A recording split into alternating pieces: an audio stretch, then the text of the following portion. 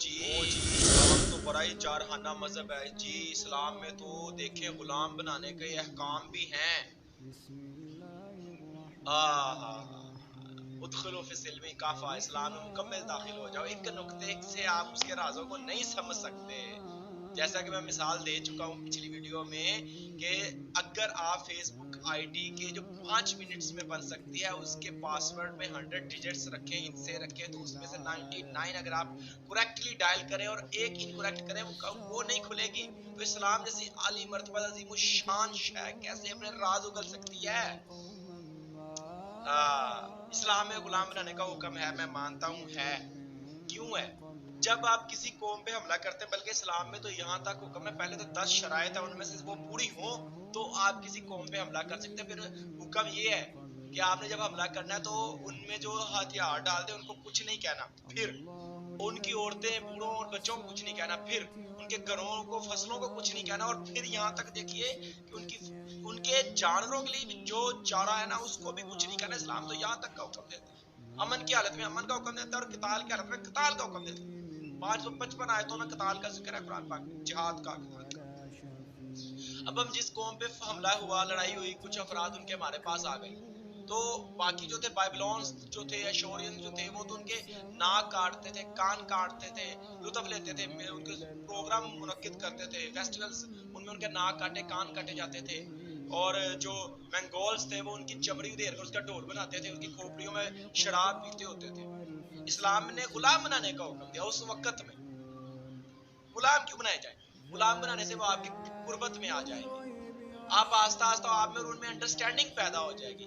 آپ دونوں کا جو ذہنی لیول ہے، اسٹیٹ آف مائنڈ ہے، وہ آپس میں مرج ہونا شروع ہو جائے گا. آپ لوگ ایک دوسرے کو ہم آہنگ ہو جائیں گے. فارسی میں ہنگ کہتے ہیں ارادے کو. آپ لوگ ایک دوسرے سے ہم ارادہ ہو جائیں گے. پھر جگہ جگہ پہ بہت سی ایسی قرآن پاک میں گناہ ہیں جو کہ انسان سے سرزد ہوئے تو اس کے عوض میں بدلے میں غلام آزاد کرنے کو حکم ہے، جیسے قسم کھانے پر، زہار کے اعلان پر، اور مطلقاً قتل پر یہ جو غلام آزاد کیے جائے، اور بہت سی سزائیں ہیں. تو اس طرح جب وہ آپ کے ساتھ مل جائیں گے، آپ کو سمجھ جائیں گے. اگر تو آپ برابر کے رہیں گے تو کبھی نہیں سمجھیں گے. یا استاد شاگرد استاد کو سمجھ سکتا ہے، یا اس میں ایک ڈویژن ہو تو ہی وہ ایک دوسرے کو آسانی سے سمجھ سکتے ہیں. اگر دو برابر کے ہوں گے وہ ایک دوسرے کو سمجھنا چاہیں گے ہی نہیں. ایک فرض کرے غلام ہے نا تو وہ دوسرے کو سمجھ سکے گا. اور اسلام تو سب سے بہترین کوڈ آف لائف ہے، ضابطہ حیات ہے. تو اس لیے اسلام کا حکم یہ تھا کہ جب وہ آپ کے ساتھ مل جائے، ذہنی مطابقت پیدا ہو جائے، آپ کے پوائنٹ آف تھنکنگ سملر ہو جائیں، تو آپ کیا کریں، ان کے ساتھ مل جائیں. اگر آپ مل جائیں تو آپ کے لیے یہ تھا کہ آہستہ آہستہ مختلف گناہوں کے کفارے میں آپ ایک غلام آزاد کر دیا. وہ اظہار کا آپ نے منہ سے نکل گیا ہے جملہ تو دل نیت کے ساتھ، تو آپ نے اس کے عوض میں، یا آپ نے مطلق قتل ہوا، یعنی کہ اس میں مشروط غیر مشروط قتل ہوا آپ سے، یا آپ نے قسم کھائی اس کے کفارے میں. اگر آپ غلام آزاد کرتے تو کیا ہوا کہ وہ جب وہ آپ سے علیحدہ ہوں گے، ڈپارٹ ہوں گے، تو کیا وہ آپ کی سوسائٹی کا حصہ نہ بن چکے ہوں گے؟ تو یہ اسلام کی وہ ہڈن کیا کہتے ہیں مسٹریز ہیں جو عام طور پہ سمجھی نہیں جا سکتی.